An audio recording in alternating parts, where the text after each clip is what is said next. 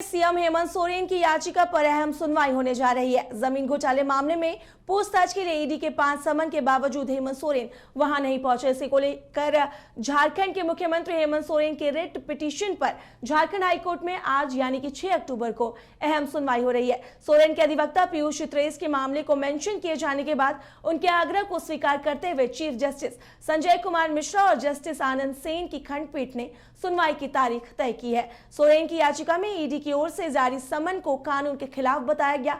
वहीं PMLA act की विभिन्न धाराओं की वैधता को भी चुनौती दी गई है।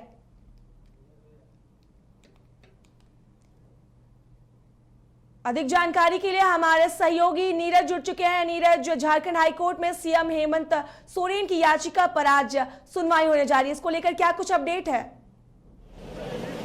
देखिए, सुनवाई अभी शुरू हो गई है। मैं हाईकोर्ट के परिसर में हूं और जो जानकारी मुझे प्राप्त हो रही है कि अभी सुनवाई शुरू हो गई और ईडी और सॉलिसिटर जनरल ऑफ इंडिया की ओर से पक्ष रखा जाएगा और मुख्यमंत्री हेमंत सोरेन की ओर से जो उनके अधिवक्ता है श्रेय मिश्रा और पीयूष चित्रेस, वो अपनी ओर से जो है पक्ष रखेंगे। तो कह सकते हैं सुनवाई शुरू हो चुकी है और ऐसे में देखने वाली बात होगी कि सुनवाई के दौरान क्या कुछ बातें रखी जाती है और जब सुनवाई पूरी होती तो कोर्ट क्या कुछ निर्णय लेती है। लेकिन ये महत्वपूर्ण होगा आज का पूरा मामला राजनीतिक दृष्टिकोण से भी, और ईडी के अगर दृष्टिकोण से बात करें तो उस मामले में भी कई ये जो पूरा मामला है काफी महत्वपूर्ण है, क्योंकि मुख्यमंत्री हेमंत सोरेन को जब पहला समन जारी किया गया था उसी समय से ये पूरा मामला है जो काफी लाइमलाइट में आ गया था और मुख्यमंत्री हेमंत सोरेन ने इस पूरे जो उन्हें समन जारी किया गया था उस समन को चुनौती दी थी। पहले सुप्रीम कोर्ट में चुनौती दी थी, उसके बाद सुप्रीम कोर्ट से जब उन्हें निर्देश मिला कि हाईकोर्ट पहले आप जाइए, उसके बाद मुख्यमंत्री हेमंत सोरेन ने हाईकोर्ट में 23 सितंबर को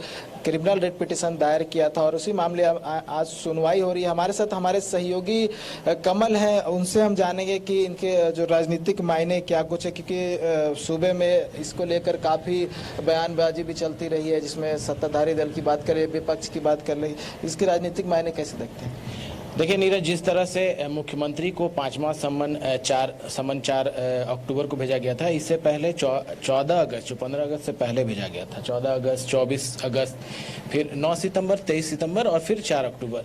तो कहीं ना कहीं लगातार मुख्यमंत्री जब इससे पहले ईडी पहुंचे थे उसके बाद उन्होंने साफ तौर पे ये जाहिर कर दिया था कि अब वह ईडी नहीं जाएंगे और वही वो कर रहे हैं, वह ईडी नहीं ही गए लास्ट तक।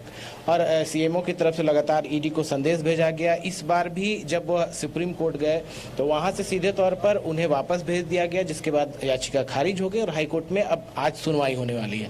कहीं ना कहीं लगातार ये भी कहा जाता रहा है, खास करके मुख्यमंत्री के की ओर से और जो सत्ताधारी दल हैं यहाँ के, उनके द्वारा ये कहा जाता रहा है कि जो भी नेशनल एजेंसी हैं वो केंद्र सरकार के इशारे पर कार्रवाई कर रही है। खुद मुख्यमंत्री ने कल कैबिनेट की बैठक के बाद जो बयान दिया, उन्होंने साफ तौर पर कहा कि आदिवासी होने की वजह से उन्हें दबाने का प्रयास किया जा रहा है, जबकि आदिवासियों की जमीन से कोई फायदा नहीं होता है, ना बैंक उन्हें मदद करती है, ना उस पर कोई फायदा होता है। इस वजह से उन्हें बेनामी संपत्ति के नाम पर उन्हें दबाने का प्रयास किया जा रहा है केंद्रीय एजेंसियों के द्वारा।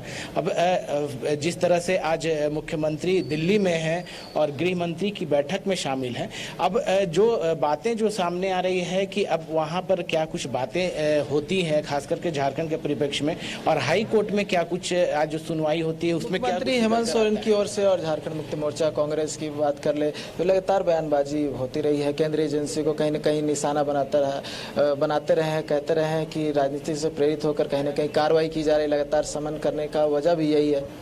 हाँ बिल्कुल, देखिए कहीं ना कहीं जिस तरह से ईडी की कार्रवाई पूरे देश भर में हो रही है, कल भी आपके नेता संजय सिंह की गिरफ्तारी हुई तो उसका भी जिक्र मुख्यमंत्री ने किया था और कहीं ना कहीं लगातार ये निशाना केंद्र सरकार पर साधा जा रहा है और कार्रवाई के खिलाफ लगातार जो सत्ताधारी दल हैं, झारखंड के सत्ताधारी दल, वो निशाना साध रहे हैं। अब देखना ये है कि अगर हाईकोर्ट के निर्णय किनके पक्ष में आते हैं, क्या कुछ निर्णय आता है हाईकोर्ट का, का।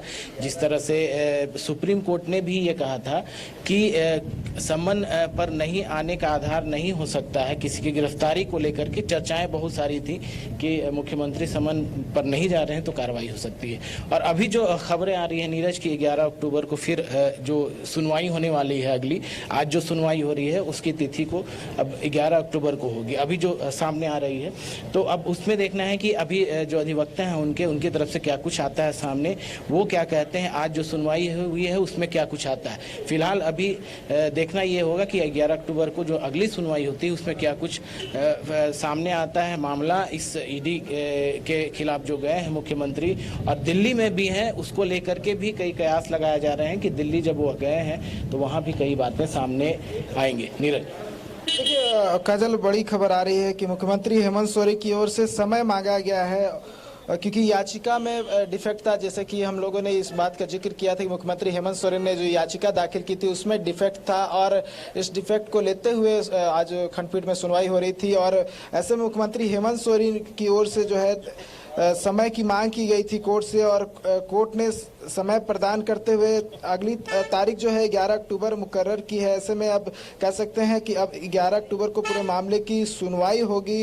अब आज क्या कुछ हुआ है, क्या कुछ बहस हुई हो कोर्ट में, ये देखने वाली बात होगी। जब हमारी अधिवक्ताओं से बात होगी दोनों पक्षों की ओर से, तब ये मामला जो है सामने आ पाएगा कि क्या कुछ बातें जो है वो रखी गई है। जी नीरज, इस जानकारी के लिए आपका शुक्रिया।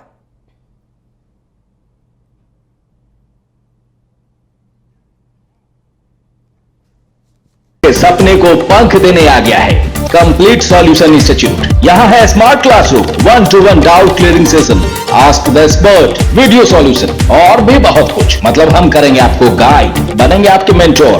Foundation classes from class 6 onwards for your bright future. Visit complete solution institute.